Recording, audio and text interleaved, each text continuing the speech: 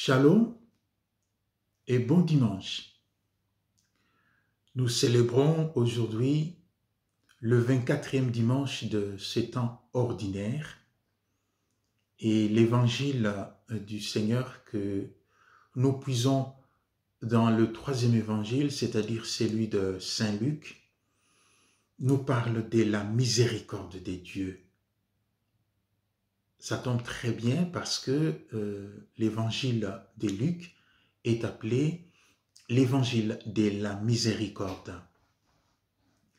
Dans le texte du jour, l'auteur sacré nous présente 3 paraboles. Les 2 premières sont de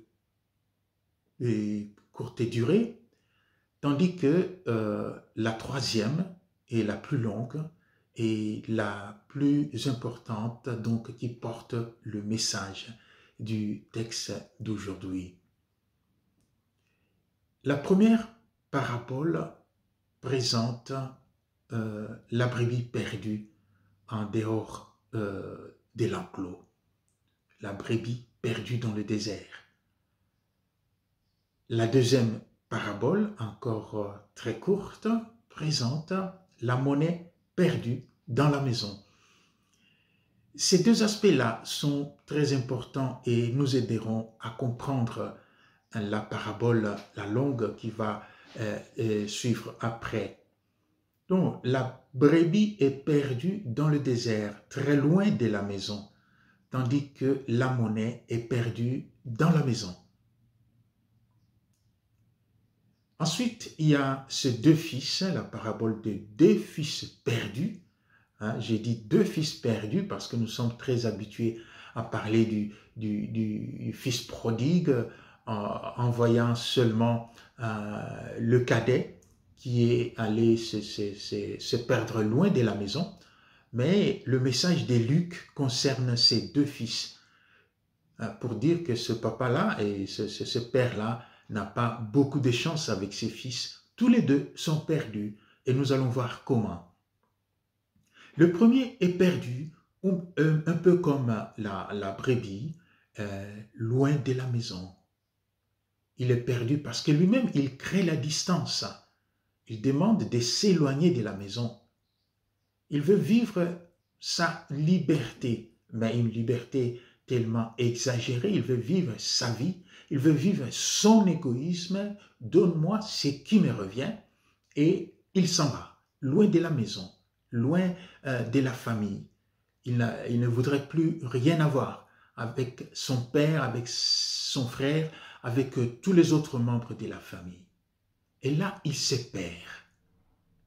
Il se perd loin de la famille parce que il est là à l'étranger sans protection, avec tout le bien qu'il avait reçu de son père. Il vit d'une façon exagérée, d'une façon désordonnée, et il se retrouve très bientôt dans le besoin. Lorsque nous vivons d'une façon désordonnée, sans la protection du Seigneur, nous devenons comme des animaux.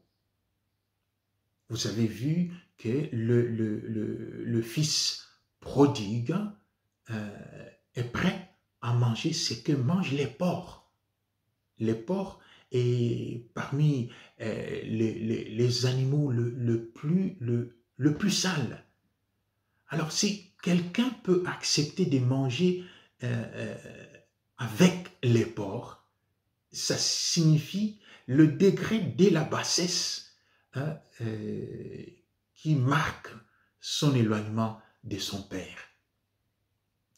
C'est ce degré de la bassesse, c'est ce malheur, heureusement pour lui, qui a la grâce, qui revient, qui lui donne l'occasion de repenser pour revenir vers son père.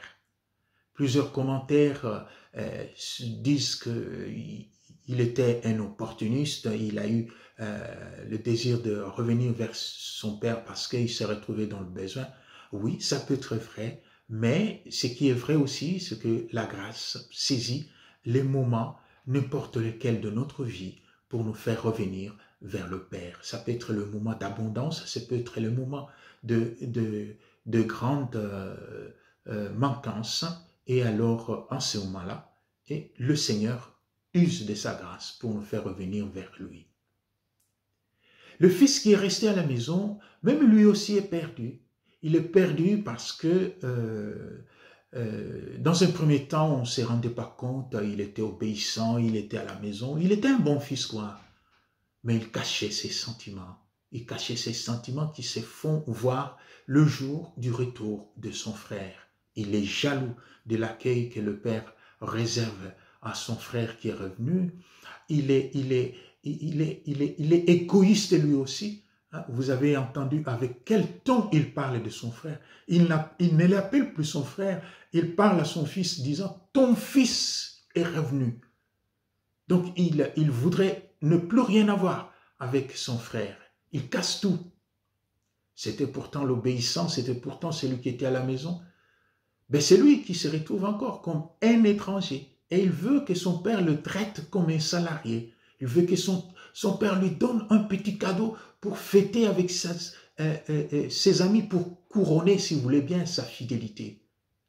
Mais c'était une obéissance sans amour. C'était une obéissance de surface. C'était une obéissance d'hypocrite. Alors on se rend compte que même le fils aîné était perdu dans la maison. Il n'avait dans la maison que sa présence physique, mais sa présence spirituelle, mentale était ailleurs, était très loin de l'amour de son père. Voilà, nous nous retrouvons là-dedans. Nous nous retrouvons là-dedans parce que parfois nous sommes perdus, loin de la famille, loin de l'église, loin du groupe. Mais parfois aussi nous sommes dans le groupe, mais nous sommes perdus parce que nous nous comportons comme des étrangers. Nous nous comportons comme des rapaces. Nous nous comportons comme ceux-là qui attendent un salaire, ceux-là qui attendent une récompense. La miséricorde de Dieu, le pardon de Dieu, la grandeur de son cœur se fait sentir donc sur tous, ceux qui sont encore dans l'enclos et ceux qui sont loin de l'enclos. À ceux qui sont loin de l'enclos, le Père réserve un bon accueil lorsqu'ils rentrent. À ceux qui sont dans l'enclos, le Père réserve et ouvre sa miséricorde pour restaurer la fraternité qui a été brisée par l'égoïsme. Prions donc que le Seigneur nous aide, nous aussi, à retrouver le bon chemin vers la maison du Père, à retrouver le bon chemin vers les relations entre frères, entre père et enfants, de bonnes relations en famille. Que le Seigneur nous protège et qu'il bénisse toutes nos familles en ce dimanche. Shalom.